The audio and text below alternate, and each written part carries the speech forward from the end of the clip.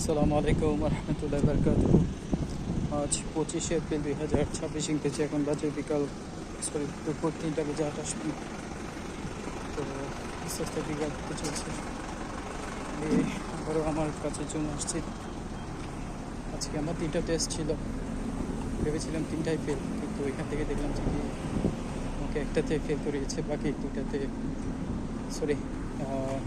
Fail করিয়েছে, বাকি একটাতে পাস করিয়েছে। আমি যখন আজকে আসছিলাম তখন আমি অন্তত এটা এক্সপেক্ট করেছিলাম যে কি আমার যে তিনটা আমার ইয়ে আছে, তিনটা থেকে অন্তত আমি একটা আমাকে পাস করতে হবে। আমি ওই টার্গেট দিয়ে এসেছিলাম, কারণ আমি এর মধ্যে পাস করি। বিষয় হচ্ছে আমি এর আগে যে নর্মালি যে ক্লাসগুলো করেছি, এখানে যে টেস্টগুলো দিয়েছি পাঁচটার মধ্যে প্রথমে আমি 3টাতে পাস করেছিলাম, 2টাতে ফেল করেছিলাম। তো 2টাতে পাস করতে আমার একদম ঘাম ছুটে গিয়েছিল, অবস্থায় ঘাম পেয়ে গেছিল। কিন্তু আমি যখন ফাইনাল যেটা এক্সামটা দিই, যে 2টাতে আমি পাস করতে পারিনি সহজে, 2টাতে প্রথম আর আজকে যে দ্বিতীয়বার এক্সাম দিলাম, এই 2টাতে আমি করে ফেলেছি। প্রথমবার আমি পাস করে ফেলেছি, এই জন্য আলহামদুলিল্লাহ সবকিছুর জন্য দরকারি হয়েছে। তো এখন যে 2টা আমার ইজি ছিল, আমি প্রথমবার পাস করে ফেলেছিলাম, ওই 2টা এখনও পর্যন্ত আমার রয়ে গিয়েছে। মানে এখন ঘটনা উল্টা হয়ে গেছে। যেগুলো আমি কঠিন ভাবতাম সেগুলো সহজ হয়ে পাস করে গেছে, আর যেগুলোকে আমি সহজ ভাবতাম সেগুলো এখনও পর্যন্ত মানে কঠিন মনে হচ্ছে। এরকম একটা অবস্থার মধ্যে যাচ্ছে। আর আলহামদুলিল্লাহ সব কিছু আল্লাহর কাছে লাখ শুকরিয়া জানাই। আজকে আবার যেতে হবে অফিসে গিয়ে আবার টেস্ট বুক করতে হবে। এখন আমি বুঝতে পারছি না, আমি যখন করছিলাম, ব্রেক টেস্ট করছিলাম, আমি মানে ওইটা ব্রেকটা জোরে চাপানোর সাথে সাথে আমি আর ইঞ্জিনটা আমি ভুলে গিয়েছিলাম বা করেছিলাম, কিন্তু মনে হয় একটু লেট করে করেছিলাম, যেখানে ইঞ্জিনটা তাড়াতাড়ি বন্ধ হয়ে যায়, যার কারণে ওইটাতে আমার জন্য একটা নিচে একটা টাচ ছিল, কিন্তু নিচে যাই হোক সমস্যা নেই, করে ফেলেছি, তো কিছু করার নেই। এখন ইনশাআল্লাহ নেক্সট টাইম দেখি এটাতে পাস করতে পারি, সেটা কি। তবে আমার ওইখানে যিনি আছেন আর কি, অফিসের যিনি লোক আছেন, অত্যন্ত বড় একজন মানুষ।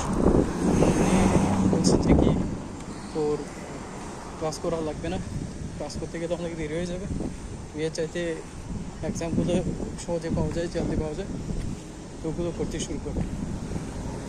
আমি চিন্তা করলাম যে হ্যাঁ, আসলে ওনার বুদ্ধিটা ঠিক, কারণ এভাবে করতে গেলে জিনিসগুলো আমি বারবার ফেলতে পারবো, ঠিক আছে, কিন্তু কোনো না কোনো একটাতে পাস হয়ে গেলে আর কোনো টেনশনের কোনো কিছুই নেই, সেটা আর কি।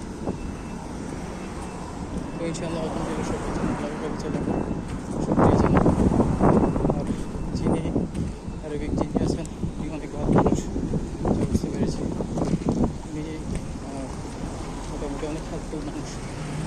তো ওনাদের সাপোর্টের কিছু ছিল আল্লাহর মধ্যে, অনেকে বেশি বেশি করে দেখা যাক। আলহামদুলিল্লাহ সব কিছু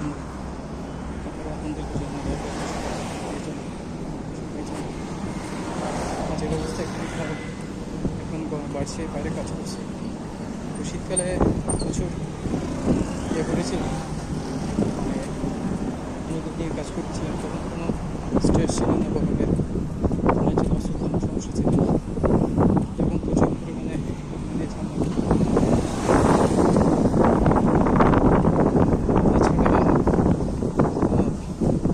যখন আমি দিনে কাজ শুরু করি বলতে 1 মাস আগে, তখন এরকম কঠিন, তখন মানে একটা বেতন, যে একটা শান্তি বেতন, একটা মানে স্ট্রেস যেটা ফিল, ওইটা হতো না। ওই জিনিসটা এখন আমি বেশি ফিল করি, সেটা তো সব কিছু থেকে আল্লাহ পাবি, এই ভুল জানি সব কিছু। অনেকে মনে করেছে এগুলো করার জন্য আমি বড় কথা কথা বলছি না, আমি আমার উপরে যাচাই করছি। এসব আল্লাহ তাআলার কাছে থাকবে সঙ্গে জন্য আশা করি সব কিছু আস্তে আস্তে ঠিক হয়ে যাবে। আমি যেমন গত 2 মাস 3 মাস আগে যখন একটা এক্সাম থেকে উত্তীর্ণ হতে পারছিলাম না, আমার খুবই আসলে মনের মধ্যে একটা মানে খারাপ লাগা কাজ করছিল। তখন ইনস্ট্রাক্টর যিনি আছেন, এক্সামিনার যিনি আছেন, মানে বলতে যে কি আমার সব কিছু ঠিক আছে, খালি আমি একটু জিনিসগুলো কম দেখি, এদিক সেদিক। এখন আমি চিন্তা করলাম যে ওই জিনিসটা হচ্ছে যে আমার আইডিয়াস যেটা সমস্যা আছে ওইটা একটা, তখন ওইটা যদি আমার কী হয় বলে এটা, যদি এটা সমস্যা ওইটা করতে পুরো প্র্যাকটিস করে কিছু ঠিক করেছে, তারপর সেটা প্র্যাকটিস করতে হবে, তাহলে সব কিছু ঠিক হবে সেটা। আর সব কিছু আপনাদেরকে সব কিছু ভালো লাগবে